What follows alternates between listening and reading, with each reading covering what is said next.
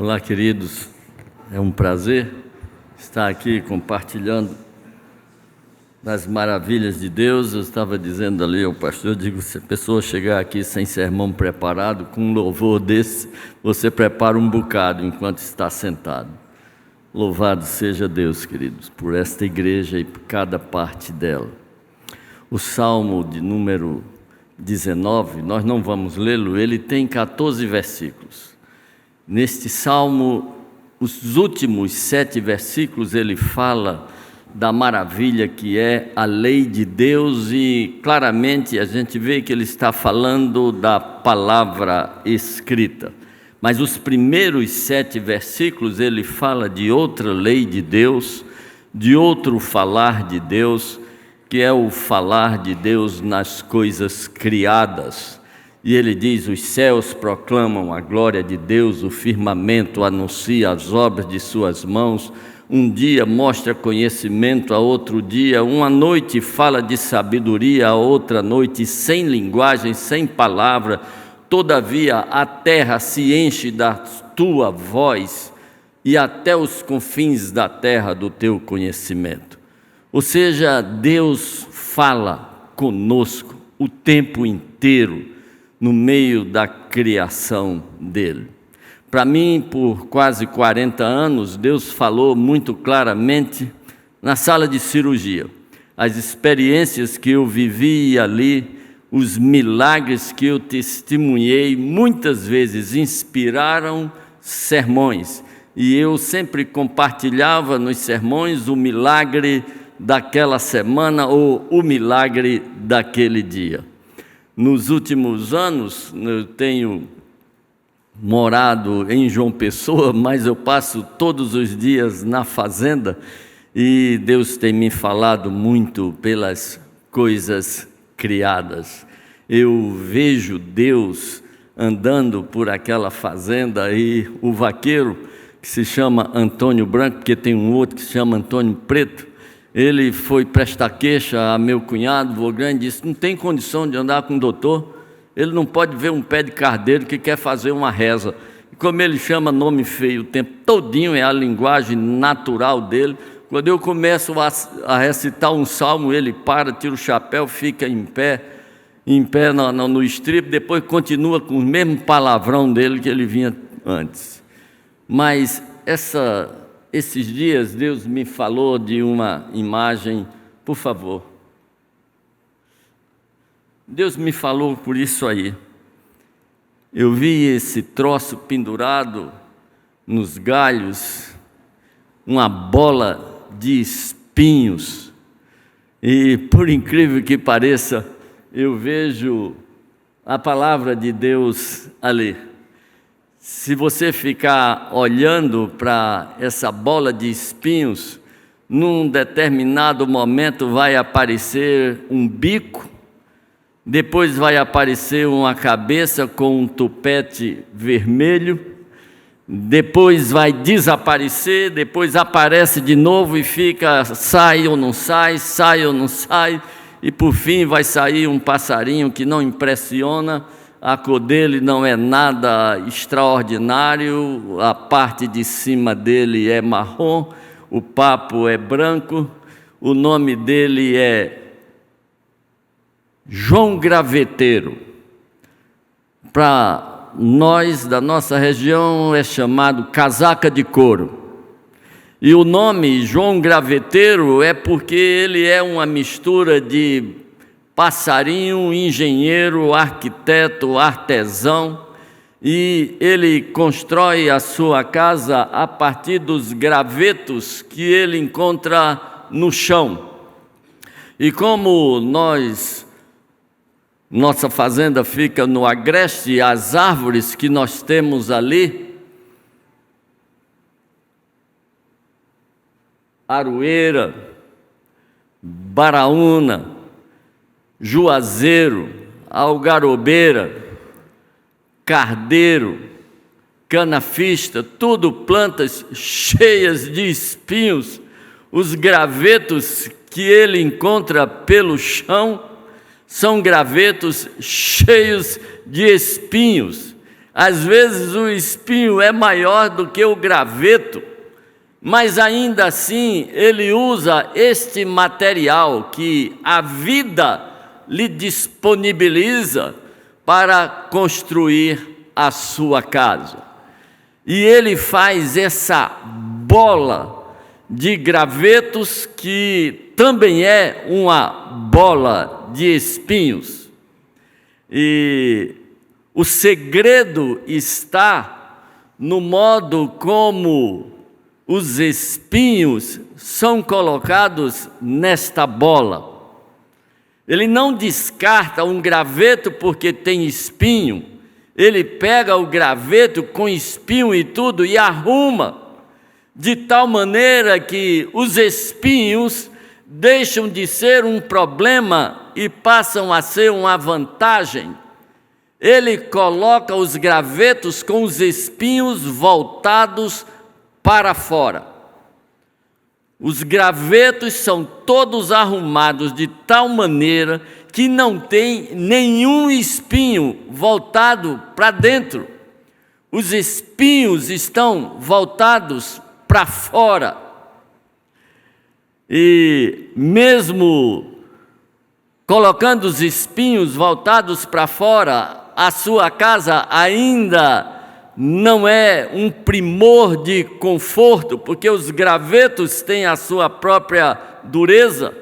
Então ele ameniza a dureza dos gravetos, forrando a casa por dentro com plumas, que ele arranca do seu próprio peito. De um modo geral, são plumas, não são as penas. As penas das asas têm ainda aqueles talos duros, as plumas, essas são macias. E ele tira daqui, do peito. E eu vejo isso e vejo nisto um sermão. Eu vejo nisto o desafio que ficou para nós que vivemos neste mundo depois de Gênesis capítulo 3, quando a criação foi amaldiçoada por causa de uma escolha infeliz dos nossos primeiros pais, Adão e Eva. Com a escolha que fizeram, eles escancararam as portas da criação para uma tragédia maligna chamada pecado. De um modo geral, a gente pensa em pecado pensando em mentira, inveja, adultério, assassinato, roubo, mas pecado é muito mais do que isto. Isto que eu relacionei são pecados, no plural, consequência de uma coisa muito maior, de uma força muito maior, pecado no singular, sujeito da oração, pecado, o agente de todas as tragédias que se abateram sobre a criação, pecado que, como diz Paulo, aprisiona. O pecado aprisiona, o pecado faz com que façamos o que não queremos fazer e que deixemos de fazer o que queremos fazer. Paulo diz: miserável homem que sou, o bem que quero fazer eu não faço, o mal que eu não quero fazer, esse eu pratico, e se eu pratico o que eu não quero fazer, não sou eu que pratico, mas é o pecado que habita em mim. Quem me livrará do corpo desta morte? Foi exatamente esta força maligna, destruidora, que mudou a natureza da criação, que transformou o homem, que foi criado à imagem e à semelhança de Deus, com a missão de cuidar e zelar pela criação, transformou o homem na força mais destruidora do universo. Ninguém é capaz de fazer tanto mal quanto o homem que foi criado para fazer tanto bem. Mas o pecado mudou a natureza humana, o pecado mudou a natureza do chão. Gênesis capítulo 3, verso 18 diz: maldita é a terra, e a partir de agora ela vai produzir espinhos e abrolhos, cardeiro, urtiga, erva daninha, entraram nesse momento na história da criação. Mas o pecado, com toda a sua força de destruição, não mudou o projeto de Deus para a criação, não mudou o projeto de Deus para a humanidade. O projeto de Deus continuou a ser o mesmo, apesar de estarmos vivendo num cenário completamente diverso. E o mesmo Deus que disse: deixará o homem pai e mãe, unir-se-á a sua mulher, e serão ambos uma só carne. Isto no capítulo 2 de Gênesis, antes da hecatombe que se abateu sobre a criação, não mudou. Depois do capítulo 3, o projeto que ele tinha para que homem e mulher se unissem, se tornassem uma só carne, constituíssem família, constituíssem um lar e todas as associações humanas que haveriam de advir. Mudou o cenário, mas não o script de Deus. E o desafio agora é homem e mulher, cheios de manias, cacuetes, lunduns, defeitos, pecados, continuarem o projeto de Deus e reunirem seus panos e seus espinhos para construírem um lar. Por favor, deixa projetada essa imagem. Este é o desafio: construir um lar. E, queridos, nós vamos ver como isso é possível.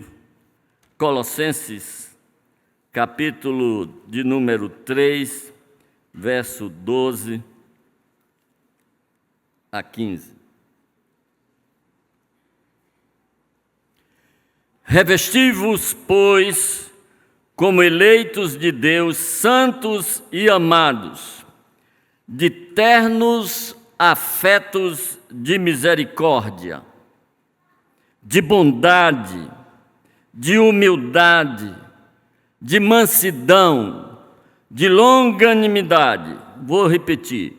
Revesti-vos como eleitos de Deus, santos e amados, eleitos de Deus, santos e amados, eleitos de Deus, santos e amados. Deus está apostando em você. Deus está apostando no seu marido, na sua esposa.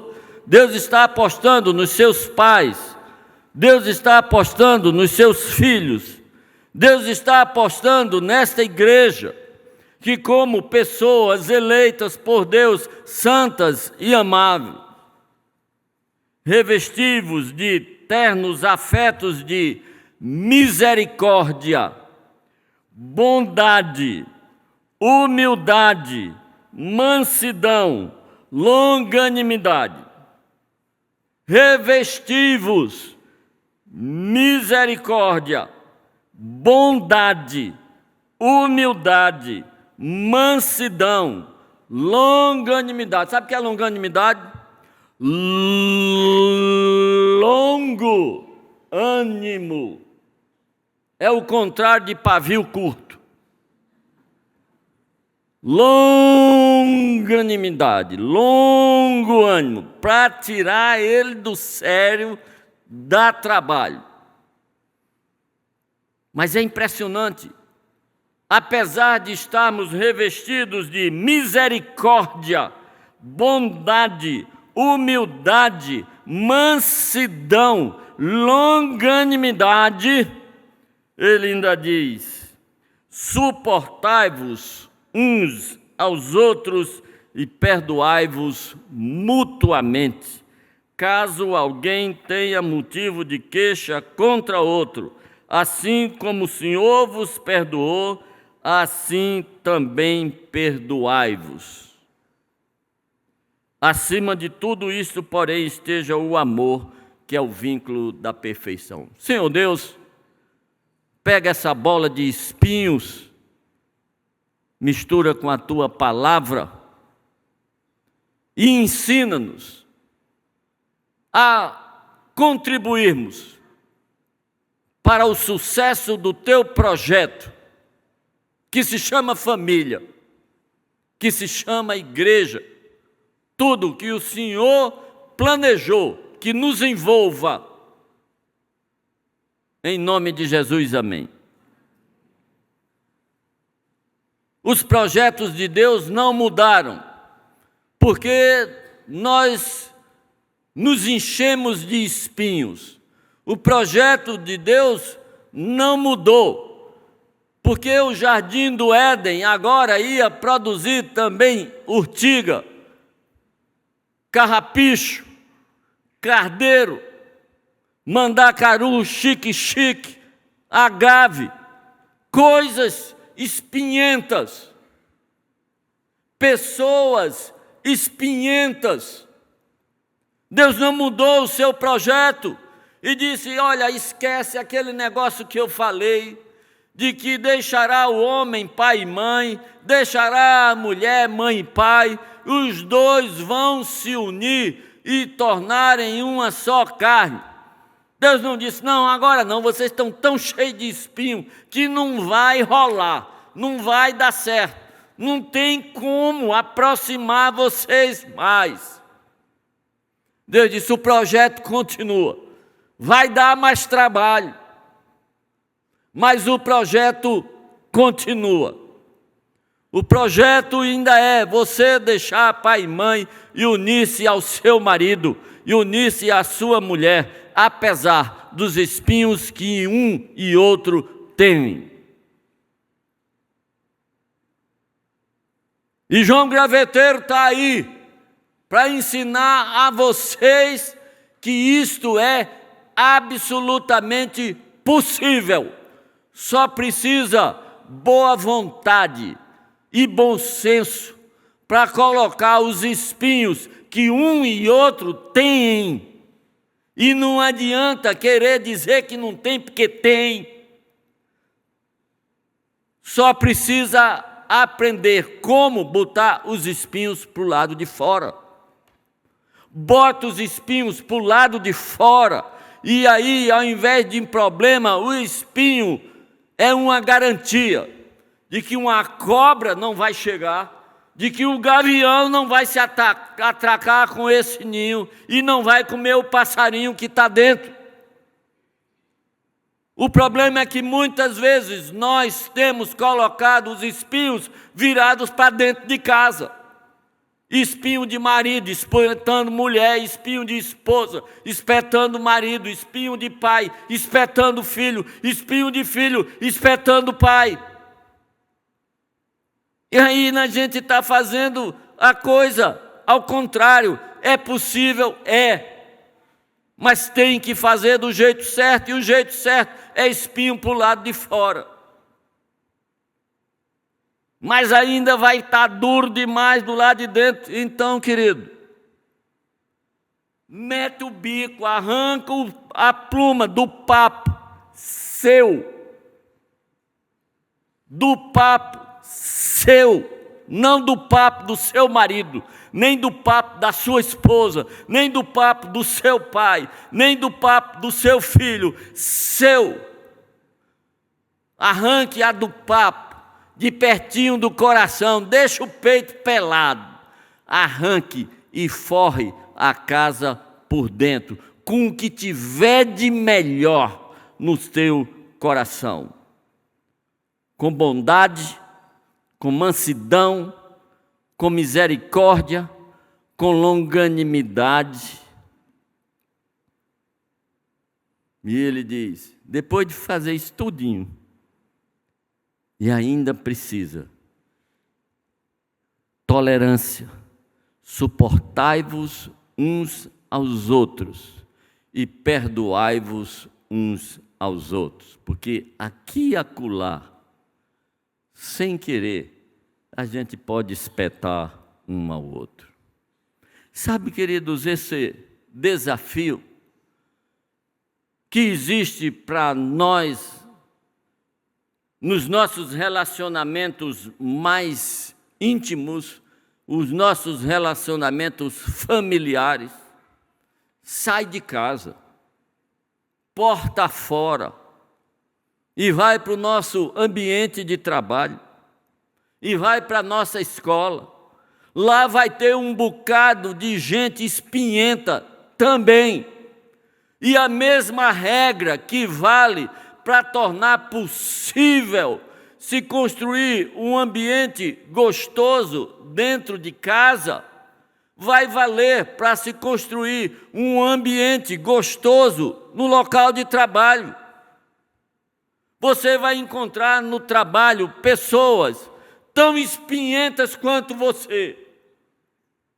E se você colocar os espinhos virados para dentro e ela também, isso vai virar um duelo de esgrima, de espada. Tem que colocar para fora de novo. E tem que forrar por dentro com pluma de novo. E aí você sai de casa e sai do trabalho e vem para a igreja. Cara, por ali entra cada bola de espinho maior do que aquela. Porque não tem triagem na porta de entrada. Entra todo mundo. Pessoas com espinhos enormes. Espinho da mentira, espinho da maledicência, espinho da intriga, espinho dos pensamentos impuros, espinho da intolerância, espinho da ira. O desafio é aqui dentro, nós permitirmos que o Espírito Santo arrume esta bola de espinhos e a transforme num ninho, num lugar gostoso, onde as pessoas cheguem e sejam curadas, onde as pessoas cheguem chorando e saiam consoladas. Mas como fazer isso? O mesmo segredo de João Graveteiro. Bota os espinhos para fora e forre aqui dentro com o que de melhor Deus colocou no teu coração. Você acha que Jesus orou como orou por quê? Querido, oração sacerdotal de Jesus Cristo. Dali para frente, Jesus praticamente não vai mais ter oportunidade de proteger os seus apóstolos. E ele faz uma oração e diz: Senhor, faze-os um. Espera aí, vai vir o sinédrio contra Pedro, Tiago e João, e Jesus não pediu uma guarda de querubins, uma guarda de anjos com espada de fogo para proteger os cristãos que serão enviados para a arena romana. Por que não pedir ao Pai uma couraça para quebrar os dentes das onças e dos leões quando os cristãos fossem lançados na arena? Não, Jesus não pede nada disso. Jesus disse: eu peço uma coisa, Pai, e o que eu peço é que eles sejam um. Mas nós estamos falando de Pedro, que negou 3 vezes, é dele. Mas nós estamos falando de Tiago e João, que queriam incinerar uma aldeia de samaritanos, é deles. Mas nós estamos falando de Tomé, que quer reabrir o buraco dos cravos e da lança, é dele. Nós estamos falando de Paulo, que era Saulo, e que levou muita gente para ser condenado e muitos para serem mortos, é dele. Nós estamos falando de pessoas como eu, como Temístocle, cheios de cacuetes, com seu lote de espinhos, é dele.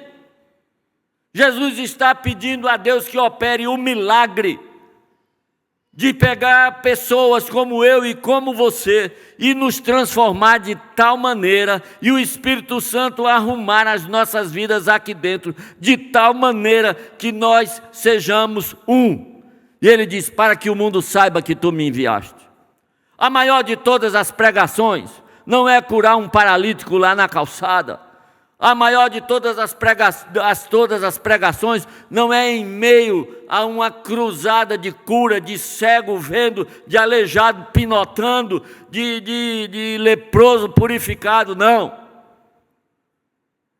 A maior e mais eficaz pregação é de que pessoas como eu e como você somos capazes de conviver juntos, somos capazes de nos amar, somos capazes de estar lado a lado, sem espetarmos um ao outro. Esta é a maior de todas as pregações. Ó, quão bom e quão suave é viverem unidos os irmãos. É como óleo precioso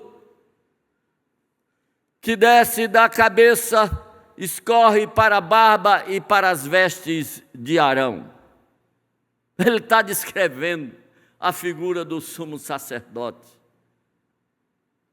E está dizendo que a unidade da igreja é como o óleo que era derramado para ungir o sumo sacerdote.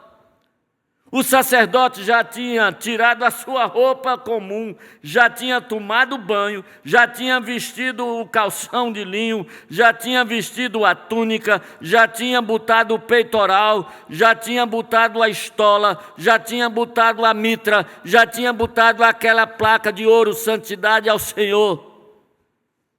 Mas não era sacerdote, era um cara vestido de sacerdote. Mas não era sacerdote, porque ainda não tinha a unção. Igreja sem unidade